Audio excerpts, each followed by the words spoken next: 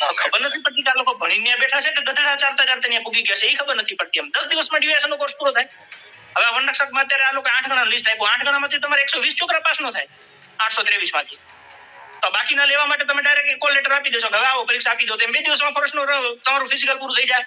થોડું તો ખબર પડે કે 1600 મીટર કેમ પૂરું થાય 6 મિનિટમાં કે 6.5 મિનિટમાં. કૂદો તો ખબર પડે કે 15 ફૂટ કેમ થાય છે કે 3.5 ફૂટ 4.5 ફૂટ કેવી રીતના કૂદાય છે. આ છોકરા 2 વર્ષ કે બિચારા હવારમાં 4 વાગે ઉઠી જતા. જે ભરતીમાં આપણે બંધારણમાં જોવા જઈએ તો 16 નંબરનો અનુચ્છેદ એવું કહે છે કે સરકારી ભરતી કે કોઈ પણ બધાને સમાન તક મળવી જોઈએ. તો મને લાગે કે આમાં એ સમાન તક ખોરવાય છે. બીજા નંબરમાં બધી પરીક્ષા છે ને સેન્ટ્રલાઇઝ લેવાતી હોય. મતલબ કેવું કે ગુજરાત આખામાં જેટલી વેકેન્સી હોય તો આખા ગુજરાતના બેઝ ઉપર બધા છોકરાઓને એક સમાન તક મળે. આ વનરક્ષકની જે પરીક્ષા છે ને જિલ્લા વાઇઝ લેવાય. મતલબ કે માની લો કે ટોટલ ગુજરાતના 33 જિલ્લા છે, એમાં જેટલા જિલ્લાઓમાં જગ્યા હોય એ પ્રમાણે મારે ફોર્મ ભરવાનું. એ વખતે મારે પસંદ કરવાની કે મારે કયા જિલ્લામાં ફોર્મ ભરવું. એટલે હું 33 જિલ્લામાંથી કોઈ પણ એક જ જિલ્લામાં એક જ દિવસે પરીક્ષા આપી છું. એટલે સહજ છે કે હવે એક જિલ્લામાં 10 થી 12,000 ફોર્મ મિનિમમ ભરાતા હોય. હવે 10-12,000 માંથી લેવાના હોય 8 જણા. તો ત્યાં સ્પર્ધા તો થવાની. પણ જો આજ વસ્તુ ગુજરાતમાં સેન્ટ્રલાઇઝ કરી નાખે કે આખી ભરતી ગુજરાત લેવલે, તો શું થાય કે પેલી 823 જગ્યાઓ છે તો એના લેવલે મેરિટ બને ઓકે તો કોઈને મન દુઃખ ના થાય.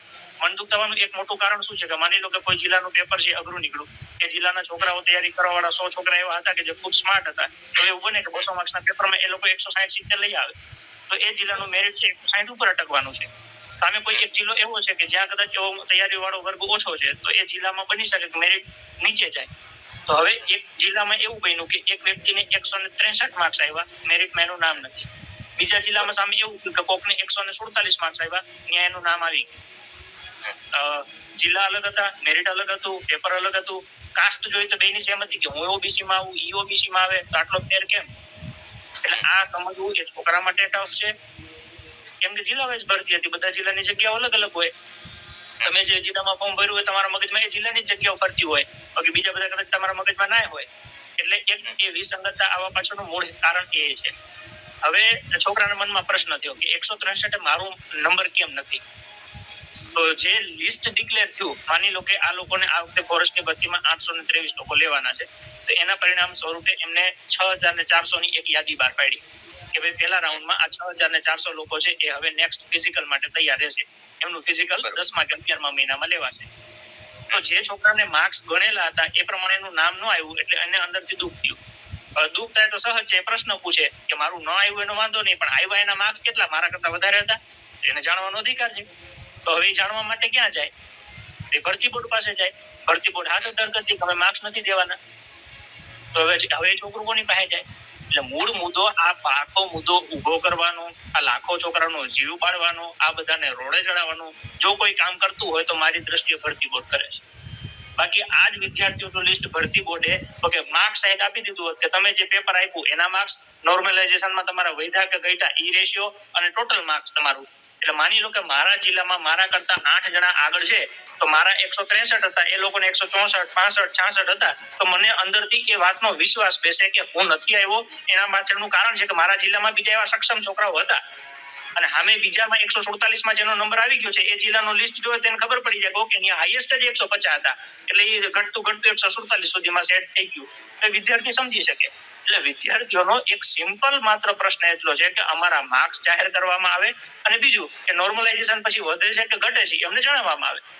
તો આમાં કોઈ વિદ્યાર્થીએ એવો ગુનો નથી કરી નાખ્યો કે એવી મોટી માંગ કરી નાખી કે ભરતી બોર્ડથી પૂરી ન થાય. અને જો ભરતી બોર્ડ આટલું ન કરી શકે તો હું એમ કહું છું તો ભરતી બોર્ડનું કામ શું છે? આજે સમીરભાઈ સમજી લો કે સરપંચ થી લઈને સાંસદ સુધીની ચૂંટણી થાય છે. આપણો દેશ લોકશાહી વાળો દેશ છે. આજે તમે કે હું આપણે સરપંચની ચૂંટણી લડીએ અને ચૂંટણી પતે ચૂંટણી પંચે એવું કહી દે સામતભાઈ જીતી ગયા, તો તમે એવું પૂછો તો ખરો ને કે સામતભાઈને મત કેટલા મળ્યા? બરોબર. કે તમે હું વિધાનસભાની ચૂંટણી લડીએ ડાયરેક્ટ એવું કહી દે સામતભાઈ જીતી ગયા, તો તમે પૂછો તો ખરા ને કે મતની ગણતરી તો કરાવો. હવે જો ચૂંટણીમાં મતની ગણતરી થતી હોય તો જેમ ચૂંટણી પંચ છે એવી રીતે અહીંયા ભરતી બોર્ડ છે. એમ ચૂંટણી પંચમાં વડા કોઈ આઈએસ અધિકારી છે, એમ અહીંયા કોઈ આઈએસ અધિકારી જ હોય છે સચિવ તરીકે. મતલબ કે માણસ તો બે સેમ છે. તો ત્યાં તમારી મત ગણતરી થાય છે. રાષ્ટ્રપતિની ચૂંટણી માટે જો મત ગણતરીમાં ભૂલ થતી હોય તો ભારતમાં એવા કિસ્સા બનેલા છે કે બે વખત ગણતરી થઈ છે. આપણા સરપંચમાં બે વખત ગણતરી થતી હોય તો અહીંયા તો છોકરા એવી જ કહે છે કે ભાઈ અમારા માર્ક્સ દો ને. વગર માર્ક્સ દીધે આ લોકો લિસ્ટ જાહેર કરી દે છે અને લિસ્ટમાં પાછી વિસંગતતા આવે છે. અમુક જિલ્લામાં એક જ કેટેગરીના ઘણા બધા લોકો આવી જાય છે એટલે છોકરાઓને વસ્તુ પચતી નથી કે આખી કોમ્યુનિટી ગુજરાતમાં કોઈ એક જ જિલ્લામાં કેમ આવે એમ. એક જ ઘરના સભ્યો તમે બધા ભર્યા હોય એટલે એમને. અને બીજું કે માની લો કે કદાચ કોઈના મનમાં હાલો કે દુઃખ થયું કે કોઈના મનમાં એવી લાગણી દુભાય છે કે ભાઈ અમારી સાથે કંઈક ખોટું થયું હોય તો ભરતી બોર્ડની જવાબદારી બને કે એનો જવાબ આપે. હવે માની લો કે એક જ નામ છે સેમ ટુ સેમ 2 જિલ્લામાં આવે, એનો મતલબ શું થયો કે એક વ્યક્તિ એકથી વધારે જિલ્લામાં પરીક્ષામાં ન આપી શકે. તો એક જ વ્યક્તિ 2 વખત કેમ આવે? હવે આમાં આપણે કોઈના ઉપર બ્લેમ નથી કરતા, કોઈના ઉપર આરોપ નથી લગાવતા. બની શકે કે એક જ નામના 2 વ્યક્તિ હોઈ શકે. તો આજે જો ગુજરાતના 2.5 લાખ છોકરાઓના મનમાં એક દુવિધા ઉત્પન્ન થઈ હોય કે ભાઈ આ 2 નામ એક જ જિલ્લામાં કેમ આવ્યા, તો એની સ્પષ્ટતા કરતા વાર કેટલી? તમે આમ તો 100 ટ્વીટ કરી દો છો સવારથી સાંજ સુધી, એક ટ્વીટ વધારે કરી દો. બરાબર. અમુક વિદ્યાર્થીઓ જેમને પરીક્ષા નથી આપેલી, આજે તમે હું બંને મિત્રો હો, તમે પરીક્ષા ન આપી હોય તમારું નામ મેરિટમાં આવે તો મને કેટલું ઓલું થાય. મારે હવે આ વેદના મારે કોને કહેવા જાવી કે ભાઈ તમે તો પરીક્ષા જ નથી આપી, તમારું નામ કેવી રીતના આવ્યું? આજે ગુજરાતના છોકરાઓ જાગૃત થઈ ગયા છે. કઈ બી એવી કિસ્સો કે કોઈ પણ એવી ઘટના ઘટે કે જે માની શકાય એવી ન હોય તો એ બિચારા ક્યાંક ને ક્યાંક રજૂ કરવાનો પ્રયત્ન કરે છે. રજૂ કરવાનું યોગ્ય સ્થાન કયું છે? તો કે ભાઈ ભરતી બોર્ડ ના પડે છે, તમને મળવા નહીં તમારે, તો પછી કોને મળવા દે છે?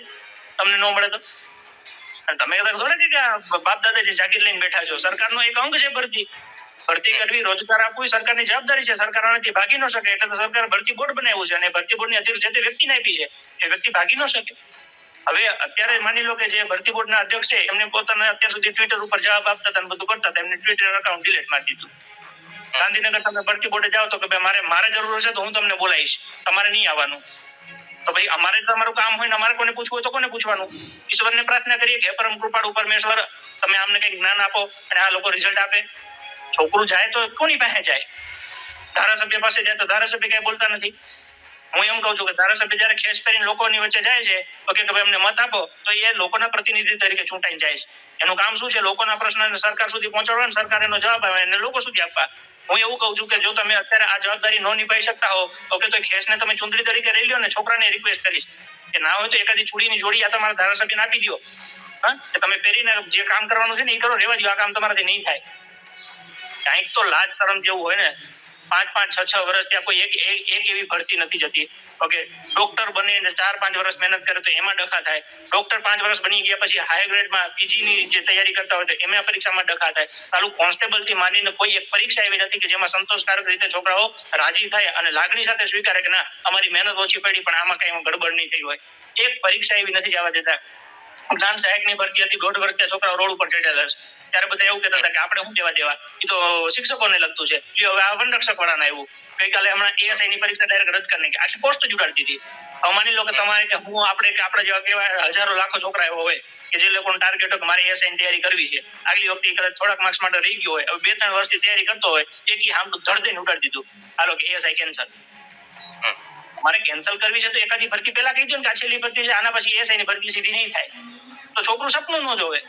કોઈના સપના સાથે તમને ખેલવાડ કરવાનો હક ઈશ્વરે નથી આપેલો, તો તમે હાથે કરીને શું લેવા પગની લાગણી દુભાવો છો? સરકાર નીતિ નિયમો કરે, ના નહીં સરકારની જવાબદારી છે, પણ સામે ટાઈમલાઈન તો તમે ટેટ પરીક્ષામાં ગમે ત્યારે ફેરફાર કરી નાખો.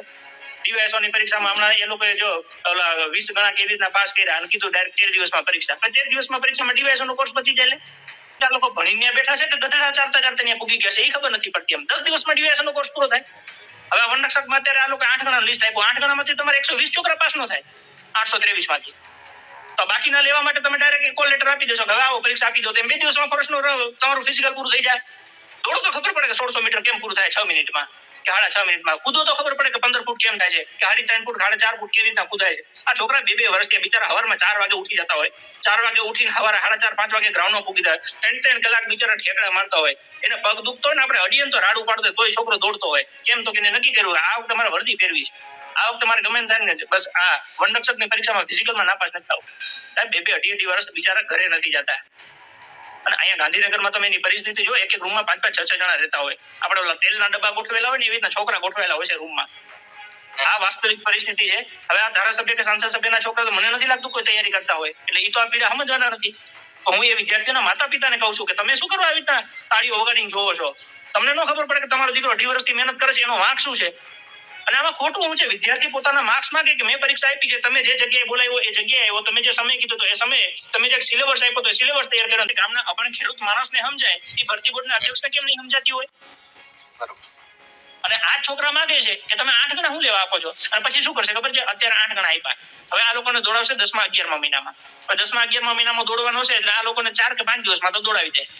હવે 4-5 દિવસમાં દોડાવી દેશે એટલે એને ખબર પડશે કે 823 લેવાના હતા, એમાંથી આપણે તો હોજ થયા, એટલે હજી બીજા 723 બાકી રહ્યા, એટલે તો બીજું રાઉન્ડ બહાર પાડો.